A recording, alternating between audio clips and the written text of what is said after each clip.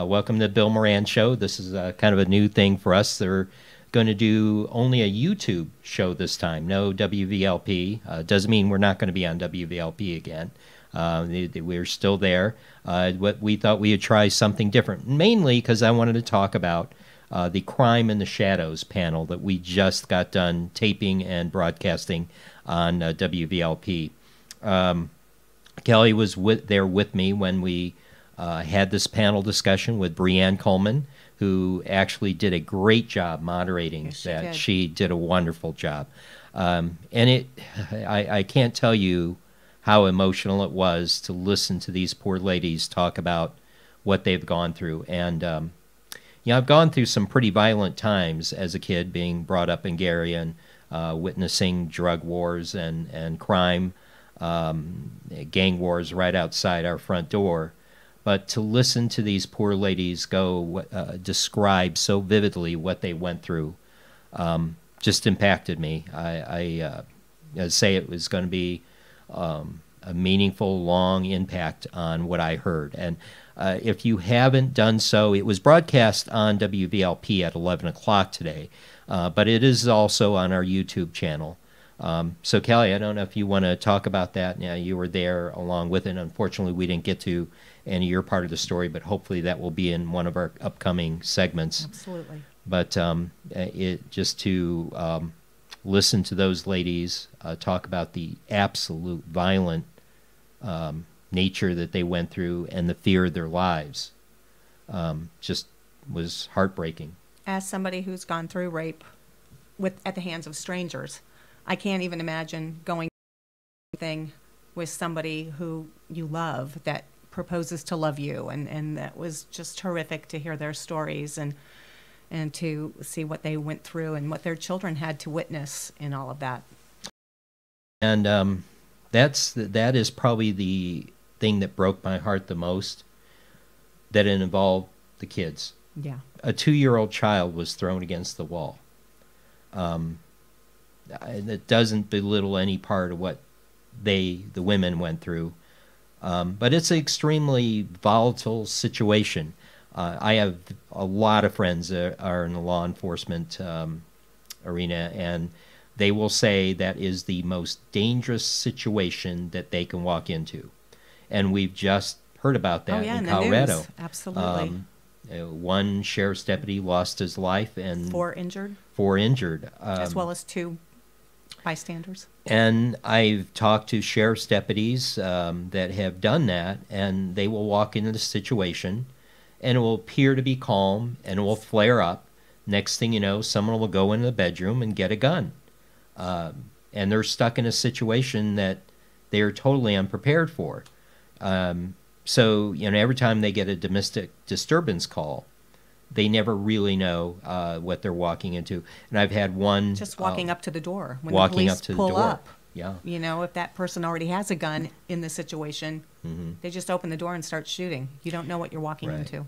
Right, and I've had one sheriff's deputy say that he almost prefers to be called on for a holdup, an armed robbery, because he knows what to expect. He knows someone's going to have a gun.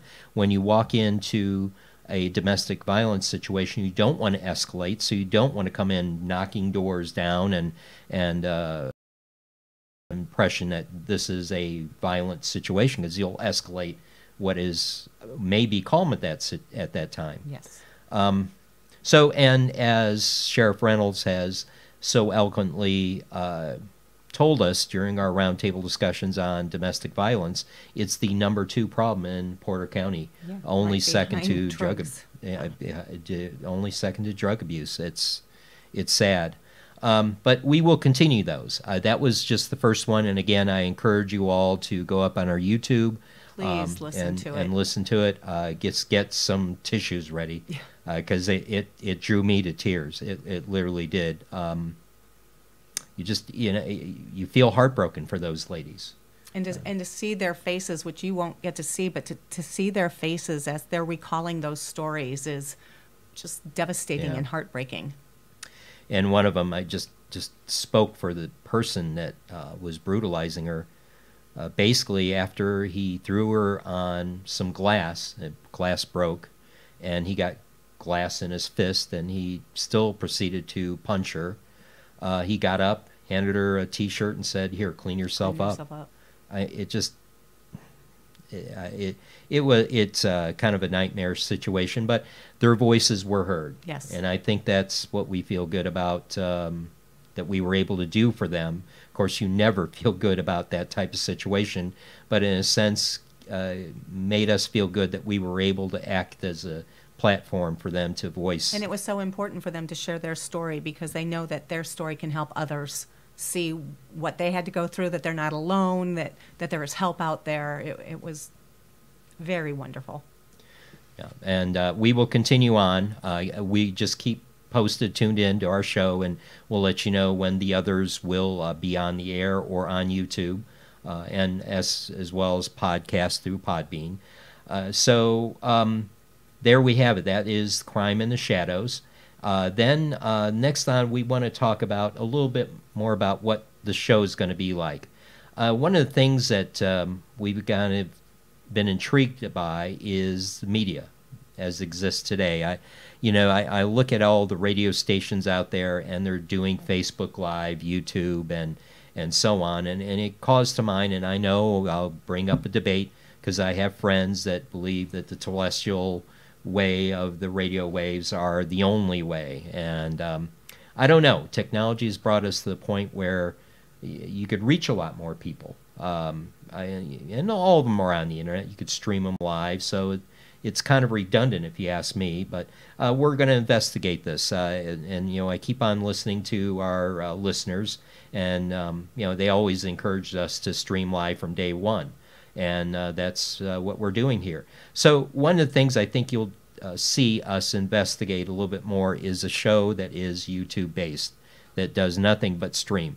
And then we still have a commitment to WVLP. It is our community-based station that gave us our start, and we are very much committed to them and their mission as a local voice of Valparaiso, and that's truly what they are. Amazing radio station with an amazing amount of talent, from music to talk radio. I'll call out one that you should listen to every Saturday morning at 8, I believe. It is the Morning Black. Two very good guys talking about issues related to ethnicity, culture, acceptance, those type of issues, done in a very, very good format. I very enjoy listening to them every morning, every Saturday morning, that is. They should be on every morning, actually. So that's what we're going to investigate this, and we're actually going to get some companies involved, to talk to some companies, and we already have some sponsorship. Our sponsor, who's been blessing us, that is Recovery Works. who's gotten a lot of the equipment that's making this possible. And the purpose of that is for us to produce a show called The Walk, which we're slowly but surely continuing. We have one walk out there, The Walk, and that was done, and now we're waiting for our second guest host to get ready for their story.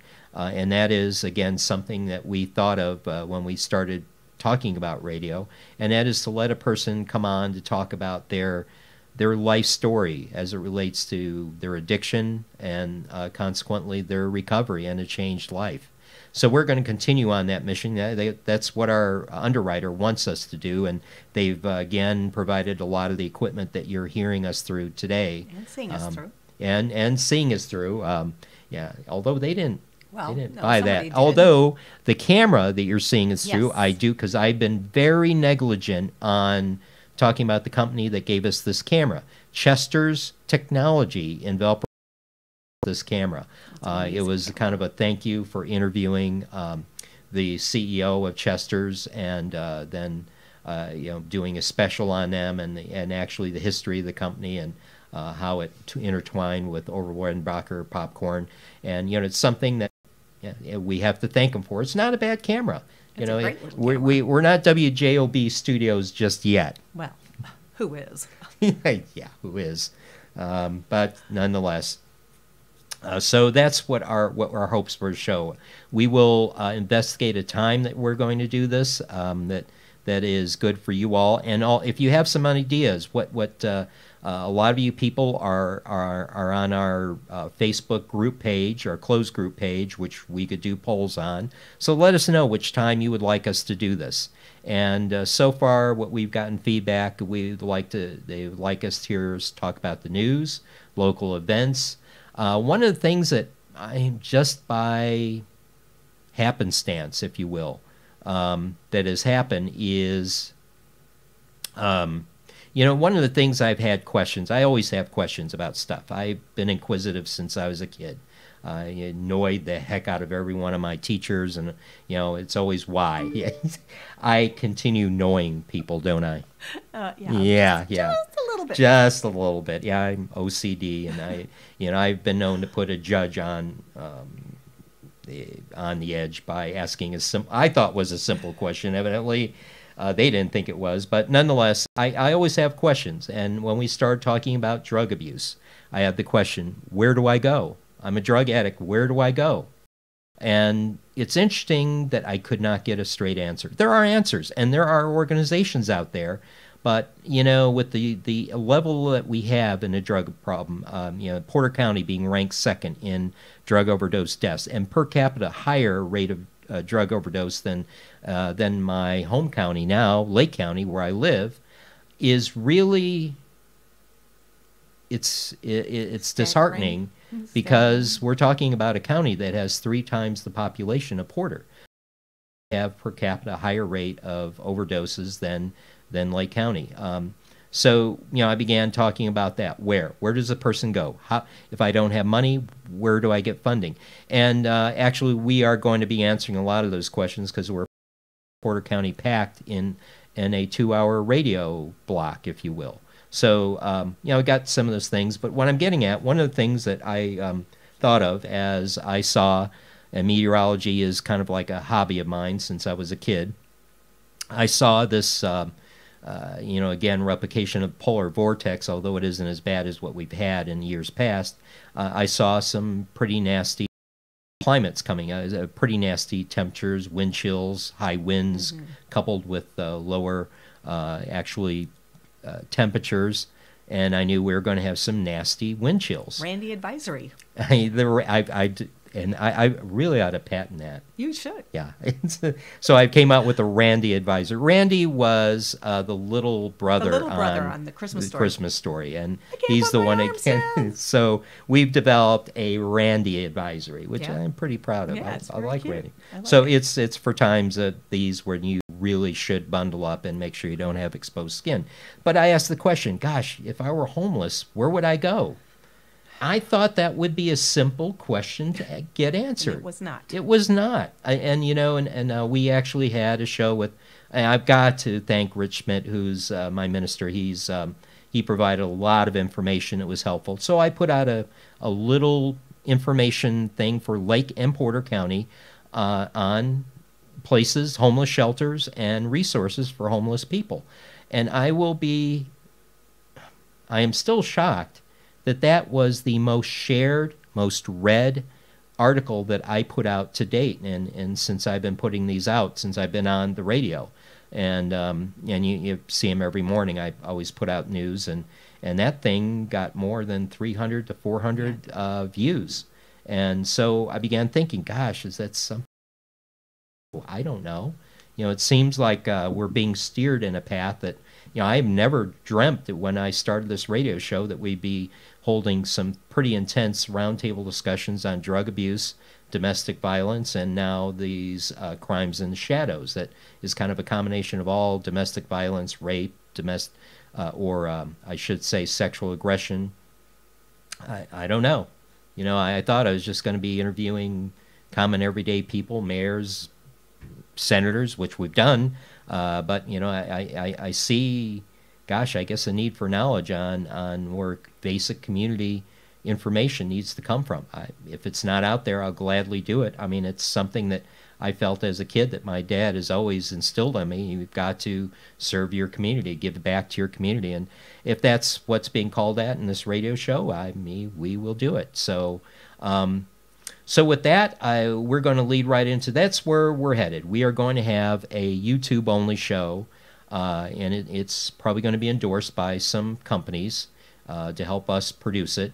Right now, our studio is pretty elaborate, I'd say. It's not bad. Yeah, the lighting, I get, it's an incandescent bulb hanging out in the corner with a lamp shade kind of tilted this way. But I'm telling you, I'm looking at some studios, and I'm saying, hey, we ain't that bad. We ain't that bad, no. No. So oops. Wow, okay, so we just got a text from someone saying that was a good show that was aired today. Yay, yeah. That's great. Yeah, and that's something else I've never thought I'd be doing is editing and engineering audio for some of these things, and I guess I'm okay at it. So, at any rate, a couple of things that we still have on the list to go through. One thing Kelly is going to go through regional rants, and we have some guests that are going to call in. In fact, one of them should have called in already. I'm going to have to give him a call. We are going to have people that some of our listeners are very familiar with. Ken Davidson, who's of the Gazette, very good investigative reporter, and then someone that everyone should know, Perry MX Stabler, MX for short. And actually, if he's looking, I want to call to note, I bet WJOB does not do that for him. I've got a special MX graphic up on our stream right now. Yes. I don't think Jed does that for you, MX, if you're out there listening. So, yeah, keep in mind, the Bill Moran Show will do that for you. We'll put a picture of you up there. So for those of you who are familiar with MX cartoons, we're going to be discussing it very shortly because it's something that I want to talk about. So with that, we're going to turn it over to Kelly for her Kelly Region. All right, this week's Region Rant. Living in Highland, I have an issue with driving down Kennedy Avenue. When I'm coming off of 8094 or going south on Kennedy, there's this lovely sign that says, "Welcome to Highland." Of course, it also says the same thing when I'm leaving Highland and going north. So I'm very confused by this. Why does it say "Welcome to Highland" as I'm entering Hammond? Shouldn't it say "Thank you for visiting Highland"? Just saying. I was at South Lake Mall recently. Very, very sad. Everything is leaving the mall. Charming Charlie's is gone. Gymboree is gone. Wet Seal, Tivana, and worst of all, Chuck Wheeler's Vienna Red Hots. Yes. The hot dog place, gone. So let's get with it, South Lake. Let's get some more stuff in there, some really good stuff. The other day, I was headed down to Lowell and going through St. John, and Schilling is a lovely company, and they are very Christian-based, and they're very proud of their Christianity, and that's great. And I love the fact that they put up a nativity scene or two, but I realized this year that it's more than a nativity set or two. It seemed like there were about 2 on every single corner as I was going down the road through St. John and into Sea Lake. That's who put those things up? But one Schilling. company? Yeah, one company. That's Schilling. Wow. Schilling Lumber puts them up, and I think that's great that they do that, but there were so many of them, I felt like they were the mattress firm of St. John. Like everywhere you looked, it's a mattress firm. Literally. Everywhere you looked, it was a nativity set. I was in the car with her, and I was like, wow, these are a lot of nativity scenes. There's a lot of them. One every block. Well, sometimes there were 2. 2? On a corner. Wow. So I have nothing against nativity sets. Please don't think that I do, but it was kind of overkill. I felt like they were the like I said, the mattress firm of 41 because they're everywhere. Kelly is Jewish, by the way.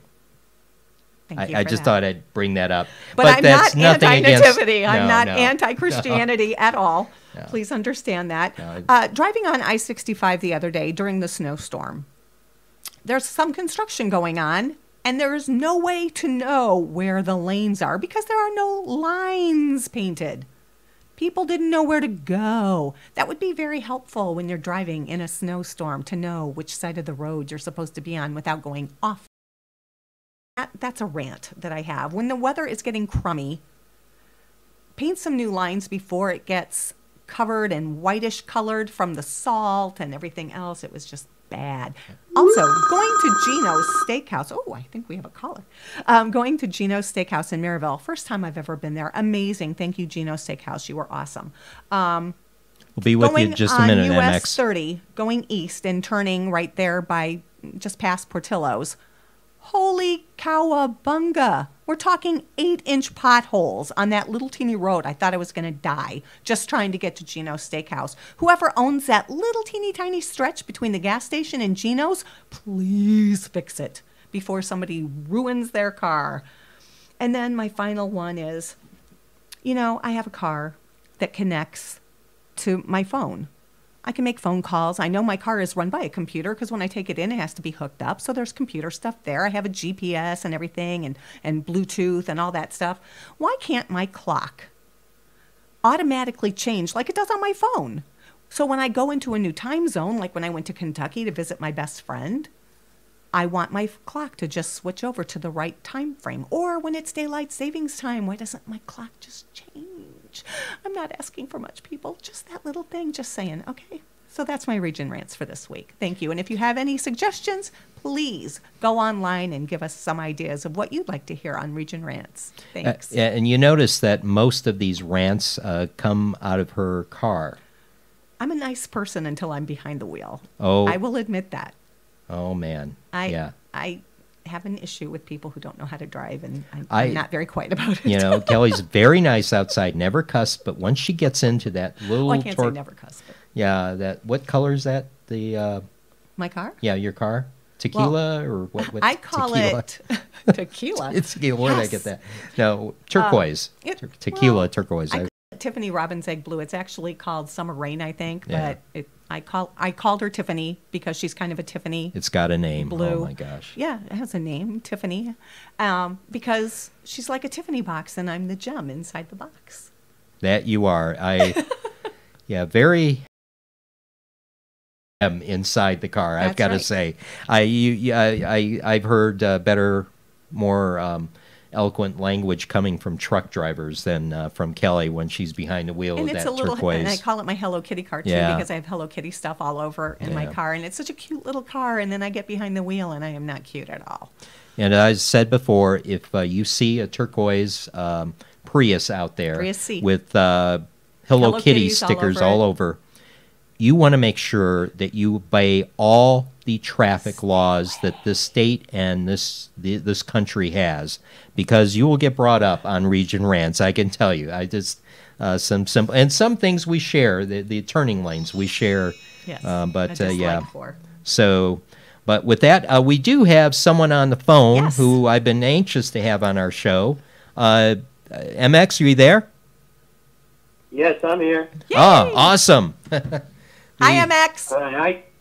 Can you hear us? Hi, Bill. Hey, how's it going? Oh, it's going great. It's even better now that you're on the show. Absolutely. I tell you. And I want to tell you, we were talking about this before we connected with you. I just want to say, does Jed ever put your picture up on the screen when you call into his show? No. No. That's the first. Yeah. Thank Okay, you. so Jed, if you're listening out there, yeah, this is the show, pal. Yeah. We treat our Forget the guests big right. trucks. It's all about MX. Yeah. And for you those that are looking on or not familiar with MX, he has a site called MX Cartoons, and his depiction is up on the screen right now with his motocross helmet and outfit on.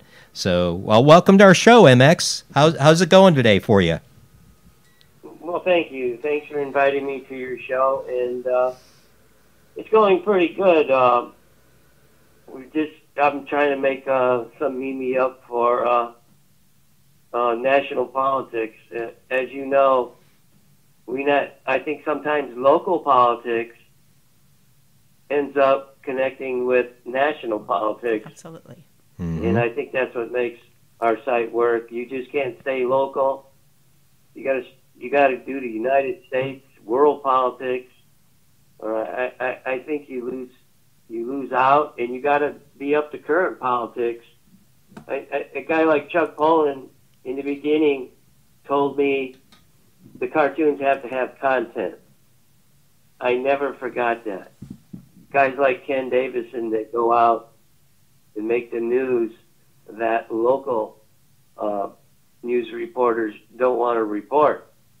It all works together on our site, and we all come together to inform people differently and make cartoons about it in memes. Mm-hmm. Well, Awesome ones, too. yeah. One thing I want to bring up, and we talked about this before, is it's there was a usually every newspaper had him as a cartoonist that did satire on politics. I mean, this dates back to the Roosevelt years, even before then, that, yeah. even way before then. I think during Abraham Lincoln's time, even Oh there yeah, were Abraham Lincoln, cartoons. definitely. So this has been a part of our culture for ages. But something has happened recently. You don't see them. They used to be on the editorial page, and they've almost gone extinct. And one thing that I've got to say that I've enjoyed is going on, because I've always enjoyed satire. It's a statement of our society. It's just a comedic spin. I every time I go on MX Cartoons, I enjoy it. I mean, you see politicians' heads put on babies' bodies, put on. Let me see what have I seen?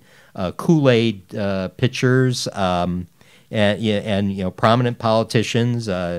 Tom McDermott does. Yeah, Tom McDermott does, or corn cob, as you refer to him as. Cornball statement. Yeah, and you say something. First of all, I'd like to thank everybody involved that comments and the administrators who do a great job. But you said something. You went way back to Roosevelt and George, and now that brings up George Patton. Mm-hmm. When George Patton booted that guy out of the camp, on the bottom of George Patton's boot, they put something I won't say, and George Patton went crazy. So there's something about a cartoon, if it's done right and it's kept up with local media and gets people's attention. And I think somehow with the administrative comments, I think we've caught that. And it gets people talking too, which is important. Yeah, and that's one of the things that does get people talking.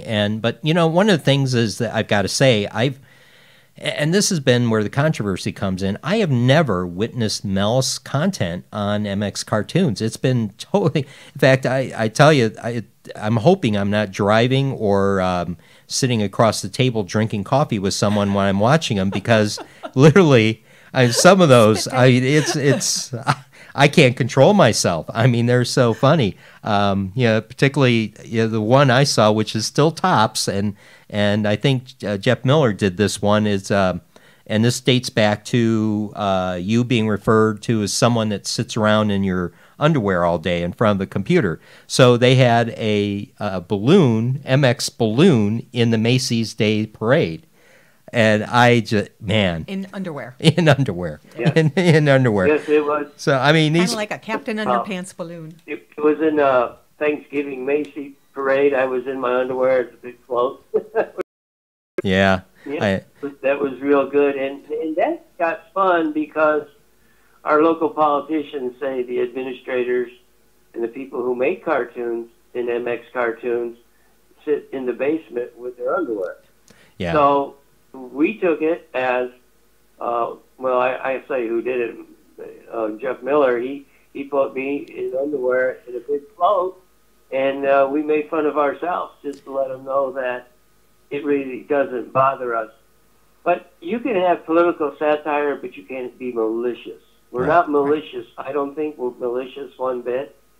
Everything we put out has a link above the cartoon, and just enough of the link put in a paragraph to understand what's going on. I think a lot of people now know who Kim Jong-un is. A lot of people know what's going on in Iran, and Trump. I mean, he sets the stage for us, and we go with it. Right. And one thing I've seen on MX cartoons is a lot of good comic satire. But one of the things that kind of shocks me is some people are offended by it. I think when I first saw it, I was just hoping that you would come up with one of me. I think I've already asked you. Yeah, when is that coming out, by the way? Is now that you're on my show? Whale belly or something? Yeah, whale belly. Yeah, if Jed could be called fish belly, I want to be called whale belly. Yeah. What Jed kind of like, he throws it out there, and he gets you mad, and you gotta clobber him and put him straight. But so far, you haven't messed up yet. So if you do, I'm not on your radar. Is that what you're saying? I'm not in the ether yet. Is that what you're saying? You do know that we're sitting here in our underwear, right? Yeah. Below our regular shirts, Yeah. You have no idea. Yeah. So run with that, MX. Jed, underwear made in America. Well, Jed, he's probably sitting in Chinese underwear, sneaking up from behind. You know what I'm saying? But it's always fun, and you know what? Jed promotes us. I love it. I think that the NWI Times is not mad at us. Oh, for making them dead? Come out that they're promoting the train, and a lot of people aren't, and they're losing readership, and they're looking bad. I mean, they can rejuvenate themselves and tell the truth about the train and the cost. Because if it wasn't for Ken Davidson and Chuck Poland and the administrators, we wouldn't really know what exactly is going on with the seated money and all else involved. I'm glad to hook up with my administrators, and we do the best we